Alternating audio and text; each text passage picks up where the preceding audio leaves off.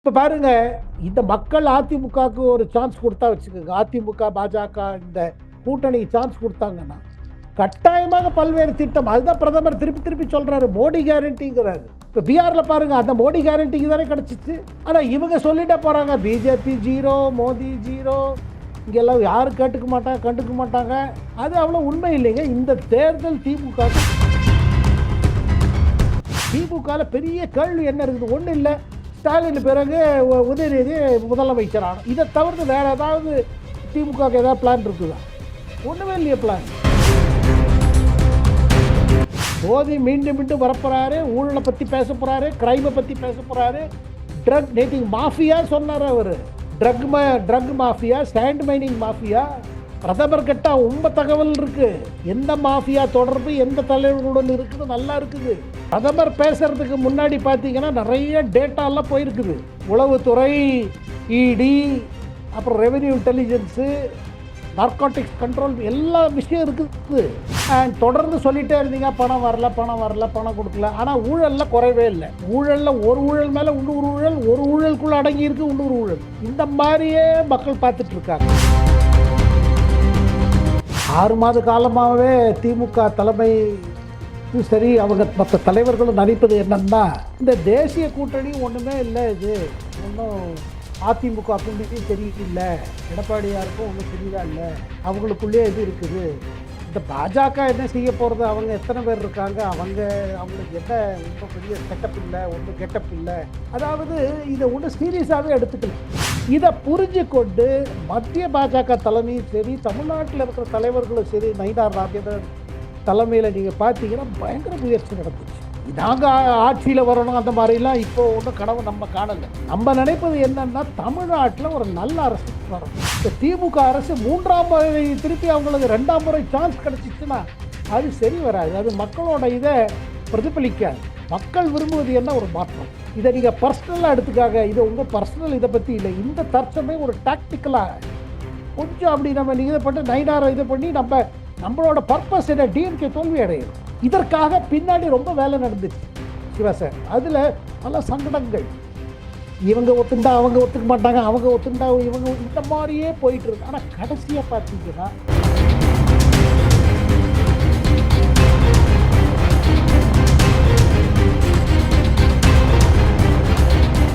Real one நண்பர்கள், உறவுகள் அனைவருக்கும் வணக்கம். இன்று நம்மோடு இருப்பவர் மூத்த பத்திரிகையாளர் டெல்லி சேகர் ஐயர் அவர்கள். வணக்கம் சார். வணக்கம் சிவா சார். வணக்கம் சார். இப்போ தமிழகத்தை பொறுத்த வரைக்கும் தேசிய ஜனநாயக கூட்டணியுடைய முதல் பிரச்சார கூட்டம் பிரதமர் மோடி அவர்கள் கலந்துகிட்டு அவருடைய தலைமையில அனைத்து கட்சி தலைவர்களும் ஒரே மேடை ஏறி இருக்காங்க.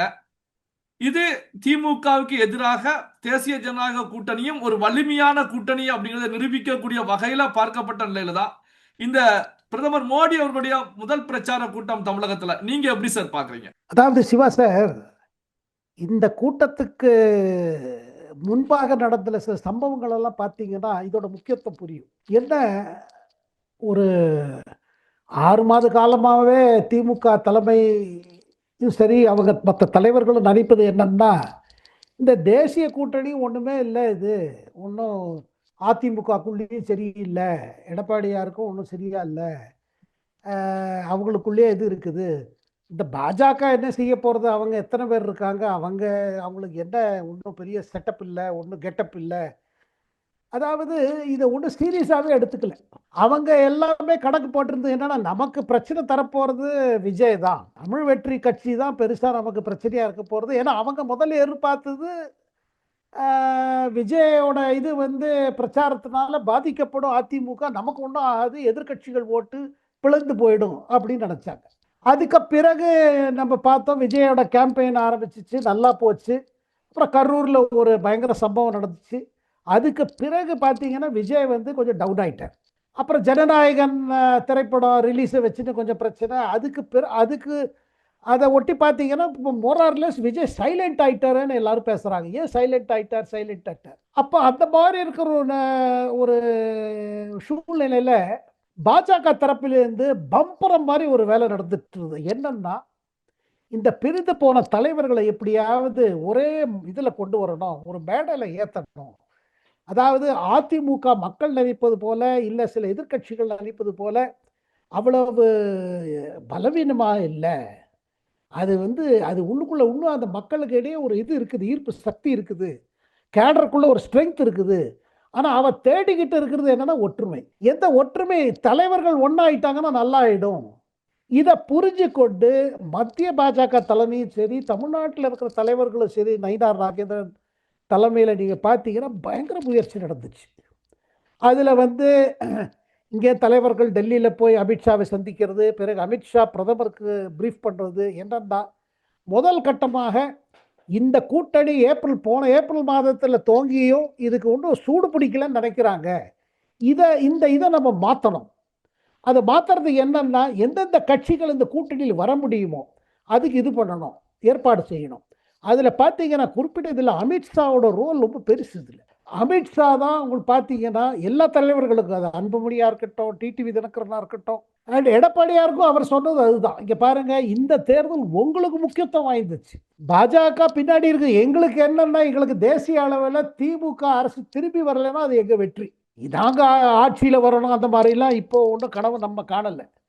நம்ம நினைப்பது என்னன்னா, தமிழ்நாட்டில் ஒரு நல்ல அரசு வரணும். இந்த திமுக அரசு 3ஆம் முறை திருப்பி அவங்களுக்கு 2ஆம் முறை சான்ஸ் கிடைச்சிச்சுன்னா அது சரி வராது. அது மக்களோட இதை பிரதிபலிக்காது. மக்கள் விரும்புவது என்ன? ஒரு மாற்றம். மக்கள் விரும்புவது என்னன்னா ஒரு ஆல்டர்னேட்டிவ் வேணும்னு. இதுல தாங்க முழுமையாக இறங்கினாங்க. இப்ப பாத்தீங்கன்னா இதுக்கு இடைஞ்சலா ஏதாவது இருந்துச்சுன்னா அதை நாத்திப்பிட்டு, அதனால்தான் பாருங்க அண்ணாமலையாருக்கு நம்ம முன்னாள் தலைவர் அண்ணாமலைக்கு அதே தான் சொல்லப்பட்டது. இதை நீங்க பர்சனலா எடுத்துக்காக, இது உங்க பர்சனல் இதை பத்தி இல்லை. இந்த தற்சமயம் ஒரு டாக்டிக்கலா கொஞ்சம் அப்படி நம்ம இதை பண்ணி நைனாரை இது பண்ணி நம்மளோட பர்பஸ் என்ன, டிஎம்கே தோல்வி அடையணும். இதற்காக பின்னாடி ரொம்ப வேலை நடந்துச்சு சிவா சார். அதுல பல சங்கடங்கள், இவங்க ஒத்துண்டா அவங்க ஒத்துக்க மாட்டாங்க, அவங்க ஒத்துண்டா இவங்க, இந்த மாதிரியே போயிட்டு இருந்து. ஆனா கடைசியா பார்த்தீங்கன்னா மதுராந்தகத்துல நடந்தது இதுதான். என்னன்னா பெரிய அதிசயம். மேடையில் எல்லா தலைவர்களும் வந்தாங்க. தலைவர் வர்றது ஒன்று இல்லை, அவங்க பேசும்போது கிளியரா சொல்லிட்டாங்க, நாங்க வி ஆர் ஃபார் யூனிட்டி. இதுல நீங்க பாத்தீங்கன்னா அது நம்ம டிடிவி தினகரனா இருக்கட்டும், அன்புமணியா இருக்கட்டும், அதே நேரத்தில் நம்ம இபிஎஸ்ஸாவும் இருக்கட்டும், ஒரு மெசேஜ் மேடையிலேருந்து கொடுத்தாங்க பாருங்க, நாங்க ஒற்றுமையாக செயல்பட போறோம், பழைய கசப்புகளோ பழைய இது அதெல்லாம் மறந்துட்டோம். இதுல ஒரு பல முறை நம்ம டிடிவி தினகரன் இபிஎஸ் பேர் எடுத்துட்டார். இபிஎஸ் தலைமையிலான தேசிய கூட்டணி இபிஎஸ் தலைமையில் பல முறை எடுத்துட்டார். இது பார்த்தீங்கன்னா இது ஒரு பெரிய மாற்றம். நேற்றுக்கு பிரதமர் தமிழ்நாட்டில் துவக்கி இருக்கிற கேம்பெயின் பார்த்தீங்கன்னா அதோட first success and big success message of unity. இது ரொம்ப அவசியங்க. இந்த மெசேஜ் கீழே நேற்றுக்கு பாருங்க, எப்பெல்லாம் டிடிவி எடப்பாடியோட பேர் எடுத்த போது நீங்கள் க்ரௌடில் பார்த்தீங்கன்னா என்ன ரெஸ்பான்ஸ் வந்ததுன்னு மக்களிடையே ஒரே கைத்தட்டு. அப்போ கேடர் தானே எதிர்பார்த்துட்டு இருந்தாங்க. அந்த கேடரை எதிர்பார்த்ததுக்கு ஒரு எதிர்பார்ப்புக்கு அவங்க இன்னைக்கு நிறைஞ்சு போச்சு. இதில் புது உற்சாகம் வரும் கேடருக்கு. அதிமுக கேடருக்கு அது அனைத்து இந்திய திராவிட முன்னேற்ற கழகமாக இருக்கலாம், ஏஎம்எம்கேவா இருக்கட்டும், அவங்களுக்குள்ள ஒரு ஆட்டோமேட்டிக் ஒற்றுமை வந்துடும். இன்னும் பாருங்க, சில தலைவர்கள் எனக்கு என்ன ஆகும் உனக்கு என்ன ஆகும் இதை பற்றி யோசிச்சுட்டு இருப்பாங்க. அது ஆட்டோமேட்டிக்காக டிசால்வ் ஆகிடும். இதனால்தான் நேற்றுக்கு நடந்த மீட்டிங், ஒரு தேசிய ஜனநாயக கூட்டணியோட மீட்டிங்களோட என்ன கேட்டீங்கன்னா இது பெரிய அச்சீவ்மெண்ட். இது வரப்போற காலங்களில் பார்த்தீங்கன்னா இனிமேல் ஜாயிண்ட் ரேலி, பல ஜாயிண்ட் ரேலி நடக்கும், பல இடத்துக்கு போவாங்க, கேம்பெயின் பண்ணுவாங்க, மெசேஜ் ரொம்ப கிளியரா போயிடும். 21லேருந்து ஆரம்பிச்சு 25 வரை நடந்த சம்பவங்களை எல்லாம் மறைஞ்சு போயிடும். ஏன்னா முன்னாடி உங்களுக்கு அதான் பிரதமர் எதிர்பார்க்கிறார். பிரதமர் சொன்னதும் அதுதான், மறந்துடாதீங்க மறந்துடாதீங்க மறந்துடாதீங்க, ஜெயலலிதாவை மறந்துடாதீங்க, எம்ஜிஆர் மறந்துடாதீங்க. அவங்க எதுக்காக பாடுபட்டாங்க, எந்த மாதிரி நல்லாட்சி கொடுத்தாங்க, எந்த சக்திகளை எதிர்த்து போராடினாங்க. நீங்க உண்மையாக எம்ஜிஆருக்கும் ஜெயலலிதாவுக்கும் நிஜமாவே நீங்க மரியாதை காமிக்கிறீங்கன்னா அவங்க காட்டின பாதையில முன்னாடி போங்க, ஒற்றுமையா போங்க. இந்த மெசேஜ் நேத்திக்கு இவங்க தலைவர்கள் தரப்புல இருந்து தரப்பட்டிருக்கு. அதை தவிர்த்து மக்கள் இடையே கேடர் இடையில நல்ல பாசிட்டிவா போயிருக்கு. இதுதான் பெரிய அச்சீவ்மெண்ட். கட்டாயமாக என்ன வேணா நீங்க டிவியில டிபேட் பண்ணிக்கலாம். டிஎம்கே தலைமை நேத்திக்கு எதிர்பாராத ஒரு நிகழ்வு இது. பிரதமர் அவர்களுடைய 40 நிமிட பேச்சுக்களை பொறுத்த வரைக்கும் திமுக குறித்தும் பல்வேறு விமர்சனங்களை முன் வச்சிருக்காங்க. அதாவது கரப்ஷன், ஊழல் நடக்கிறது, தமிழகம் போதைப் பொருட்களுடைய மாநிலமாக மாறிவிட்டது அப்படிங்கிற கருத்துக்களை, விமர்சனங்களை முன் வச்சிருக்காங்க. இந்த பக்கம் ஸ்டாலின் அவர்களை பொறுத்த வரைக்கும் 11 விமர்சனங்களை பாஜகவுக்கு எதிராக, மத்திய அரசுக்கு எதிராக முன் வச்சிருக்காங்க. பிரதமர் அவர்கள் பேசிக் கொண்டிருக்கும் போதே எம்பி ராஜா அவர்களை பொறுத்த வரைக்கும் ஒன்றிய அரசு தமிழகத்துக்கு இழைத்த 25 துரோகங்கள் அப்படின்னு சொல்லி ஒரு பட்டியலை கூட வெளியிட்டு இருந்தாங்க. சோ இந்த மோதல் எப்படி சார் பாக்குறீங்க? இல்லை பாருங்க, இந்த பட்டியலை வெளியிடுறாங்க, எல்லாம் பண்ணுறாங்க. ஆனால் அதே நேரத்தில் மக்கள் எப்படி புரிஞ்சுப்பாங்க? நீங்கள் 5 ஆண்டு காலம் எல்லாம் சும்மா இருந்துட்டு இப்போ கடைசியில் இந்த திட்டம் அந்த திட்டம்லாம் ஆரம்பிக்கிறீங்க. தொடர்ந்து சொல்லிட்டே இருந்தீங்க, பணம் வரல பணம் வரல பணம் கொடுக்கல. ஆனால் ஊழலில் குறைவே இல்லை. ஊழலில் ஒரு ஊழல் மேலே இன்னொரு ஊழல், ஒரு ஊழலுக்குள்ளே அடங்கி இருக்கு இன்னொரு ஊழல். இந்த மாதிரியே மக்கள் பார்த்துட்டு இருக்காங்க. இப்போ தேர்தல் நேரம் வரும்போது இந்த திட்டம் தரோம், இங்கே 5000 தரோம், இங்கே 10,000 தரோம், 3000 தரோம், கரும்பு தரோம், இது பொங்கலுக்கு இது தரோம், இப்படி எல்லாம் இப்போ கடைசியில் வருது எல்லாம். அப்போ இத்தனை நாள் தராது காரணம் என்ன? நீங்கள் எந்த இதில் செலவு பண்ணீங்க, எதுக்காக செலவு பண்ணீங்க, எதற்கெல்லாம் செலவு பண்ணீங்க? இப்போ கடைசி நேரத்தில் ஒன்று பண்ணுவோன்னா இது பண்ணுறீங்க. மக்கள் பாருங்க, நீங்கள் இப்போ நான் கூட நேத்திக்கெல்லாம் பார்த்தீங்க, திமுக தரப்புலேருந்து பல ஃபேக்ட்ஸு, ஃபிகர்ஸு, டேட்டா. தேர்தல் டேட்டாவில் ஜெயிக்க முடியாதீங்க, மக்கள் அனுபவத்தில் சொல்லுவாங்கல்ல. இந்த இந்த ஆட்சியில் கடந்த 5 ஆண்டு காலம் தமிழ்நாட்டில் என்ன மாதிரி சாதனை படைச்சிருக்காங்கன்னு கேட்பாங்க. ஒன்றுமே சாதனை நடக்கலைன்னு நம்ம சொல்லலை. என்னென்னா நீங்கள் என்னெல்லாமோ பண்ணியிருக்கலாங்க, அவ்வளோ பெரிய மேண்டேட் கிடச்சிச்சு. ஆனால் நடந்தது என்னங்க? ஏதாவது ஒன்று ஊழல் இல்லாமல் நடந்துச்சா? எந்த ஊழலில் சாமானியர் பாதிக்கப்பட்டிருக்காங்க? அதாவது ஒன்று ஹை காஸ்ட் கரப்ஷன் வாங்க, அதாவது ஹை ஸ்கேல் கரப்ஷன். ஒன்று சாமானியர் அன்னைக்கு பாதிக்கிறது. அதை நீங்கள் என்ன எப்படி நிறுத்தினீங்க? ஒன்றுமே பண்ணலையே. குடும்ப அரசியல், குடும்ப வாரிசு, குடும்ப சண்டை. அதனால பட்டியல் விட்டு பாருங்க, எங்க ஜிடிபி இவ்வளோ ஆயிடுச்சு. அது மக்கள் சாமானிய மனிதர்கள் ஜிடிபி இடிச்சுன்னு என்ன பண்ண போறாங்க? அவங்க பார்க்க போறாங்க என்னன்னா, இந்த 5 ஆண்டு காலத்தில் எப்படி இது பண்ணியிருக்கலாம். குறிப்பிட்ட சில அமைச்சர்களோட செயல்பாடுகள், சில மாவட்ட செயலாளர்களோட செயல்பாடுகள், அதெல்லாம் மக்கள் எப்படி மறப்பாங்க? நீங்க ஸ்டாட்டிஸ்டிக்ஸ் வச்சு என்ன பண்ணுவாங்க? என்ன கேட்டீங்கன்னா, இந்த கேம்பெயின் பாருங்க, நீங்கள் கடைசியில் என்ன நினைக்கிறீங்க? ஏதாவது பணம் விநியோகம் பண்ணியோ ஏதோ பண்ணி ஒரு பேக்கேஜோ ஏதோ கொடுத்து அப்படியே இது பண்ணலாம். ஆனால் அதுலேயும் எல்லாருமே சாட்டிஸ்ஃபைடு இல்லையா? இப்போ அரசு ஊழியர்களில் அவங்கள முழுமையாக எல்லாரும் ஏற்றுக்கலையே. அதை எங்கள் பட்டாலும் ஆர்ப்பாட்டம் போராட்டம் ஓடிட்டுருக்கேன். அப்போ இந்த பிரச்சனையெல்லாம் முன்னாடியே தீர்த்துருக்கலாம்ல. ஆனால் ஒன்றுங்க, நீங்கள் கடைசி நேரத்தில் இவ்வளோ சொல்கிறீங்க, ஆனால் இதெல்லாம் நிஜமாகவே அவ்வளோ கஜானாவில் காசு இருக்குதா இதெல்லாம் அமல்படுத்துறதுக்கு? இப்போ தேர்தலுக்கு முன்னாடி இதெல்லாம் சொல்கிறீங்க, எங்கே எப்படி பண்ண போகிறீங்க? என்ன கேட்டிங்கன்னா உள்ளுக்குள்ளே ஒரு பேனிக் இருக்குதுங்க. இது பாருங்க, இது முதல் மீட்டிங். இதில் மீண்டும் மீண்டும் மோடி வரப்போகிறாரு. மோடி மீண்டும் மீண்டும் வரப்போகிறாரு. ஊழலை பற்றி பேச போகிறாரு, கிரைமை பற்றி பேச போகிறாரு. ட்ரக் நேற்று மாஃபியா சொன்னார் அவர். Drug mafia, sand mining mafia. பிரதமர் கிட்ட ரொம்ப தகவல் இருக்கு. எந்த மாஃபியா தொடர்பு எந்த தலைவர்களுடன் இருக்குன்னு நல்லா இருக்குது. பிரதமர் பேசுறதுக்கு முன்னாடி பார்த்தீங்கன்னா நிறைய டேட்டாலாம் போயிருக்குது. உளவுத்துறை, இடி, அப்புறம் ரெவென்யூ இன்டெலிஜென்ஸு, நார்காட்டிக்ஸ் கண்ட்ரோல், எல்லா விஷயம் இருக்குது. இது ஏன்னா பாருங்க, மக்கள் முடிவு பண்ணணும். மக்களுக்கு இந்த 5 ஆண்டு காலம் நல்லா இருக்குன்னு இது தொடரட்டுன்னு நினைச்சாங்க வச்சுக்கோங்க. அப்போ தமிழ்நாடு மக்களை யார் காப்பாற்ற முடியும்? ஏன்னா பாருங்க, நீங்கள் 5 ஆண்டு காலம் ஒரு காலம் தான் நீங்கள் இது பண்ண முடியும். 5 ஆண்டுகள் பேரும் ஒரு முறை உங்களுக்கு ஒரு சந்தர்ப்பம் வருது. இந்த சந்தர்ப்பத்தை பயன்படுத்திக்கணும். அதை தான் எடுத்துக்காட்டு மாதிரி நீங்கள் பார்த்தீங்கன்னா, பிரதமர் சொல்லியிருப்பது இந்த தலைவர்களுக்கு என்னன்னா, இதெல்லாம் எடுத்து காட்டுங்க, மக்களுக்கு அழகாக சொல்லுங்க. மக்கள் மூழ்ச்சிக்கிட்டோம். ஒரு தமிழ் மூழ்ச்சின்றாலே போகிறோம்.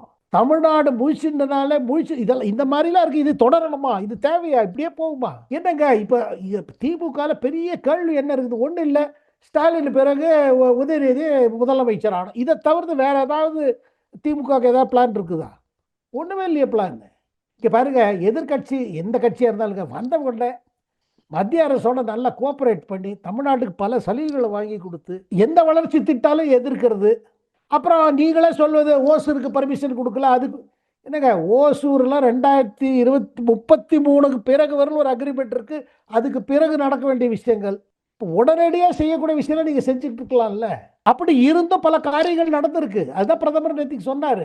இதனால தமிழ்நாட்டுக்கு இன்ஃப்ராஸ்ட்ரக்சர்லாம் நம்ம கொடுக்காம இல்லை, செய்யறது செஞ்சுருக்கோம். ஆனால் இன்னும் நல்லா சிறப்பாக நடந்திருக்கலாம். மாநில அரசு கோஆப்ரேஷன், மாநில அரசு மத்திய அரசு கோஆப்ரேஷன் தேவை, நல்லா பண்ணியிருக்கலாம். இப்போ பாருங்க, இந்த மக்கள் அதிமுகவுக்கு ஒரு சான்ஸ் கொடுத்தா வச்சுக்கோங்க, அதிமுக பாஜக இந்த கூட்டணி சான்ஸ் கொடுத்தாங்கன்னா கட்டாயமாக பல்வேறு திட்டம், அதுதான் பிரதமர் திருப்பி திருப்பி சொல்றாரு, மோடி கேரண்டிங்கிறாரு. இப்போ பீகார்ல பாருங்க, அந்த மோடி கேரண்டிக்கு தானே கிடைச்சிச்சு. ஆனால் இவங்க சொல்லிட்டே போறாங்க, பிஜேபி ஜீரோ, மோடி ஜீரோ, இங்கெல்லாம் யாரும் கண்டுக்க மாட்டாங்க. அது அவ்வளோ உண்மை இல்லைங்க. இந்த தேர்தல் திமுகவுக்கு அவ்வளோ ஈஸி இல்லை, அவ்வளோ சுலபமாக இல்லை. ஆனால் அவங்க வெளியில் காமிச்சுக்கிறாங்க, நாங்கள் ஜெயிச்சிட்டோம், இல்லை நாங்களே வந்தாச்சு, அடுத்த முதல் உதயநிதி தான் அப்படி ப்ரொஜெக்ட் பண்ணிக்கிறாங்க. ஆனால் அவங்களுக்கு தெரியும் அவ்வளோ ஈஸி இல்லை மேட்டரு. பல்வேறு முக்கியமான தகவல்கள், செய்திகளை நம்முடைய உறவுகளுடன் பகிர்ந்து கொண்டதற்கு நன்றி சார். நன்றி, வணக்கம்.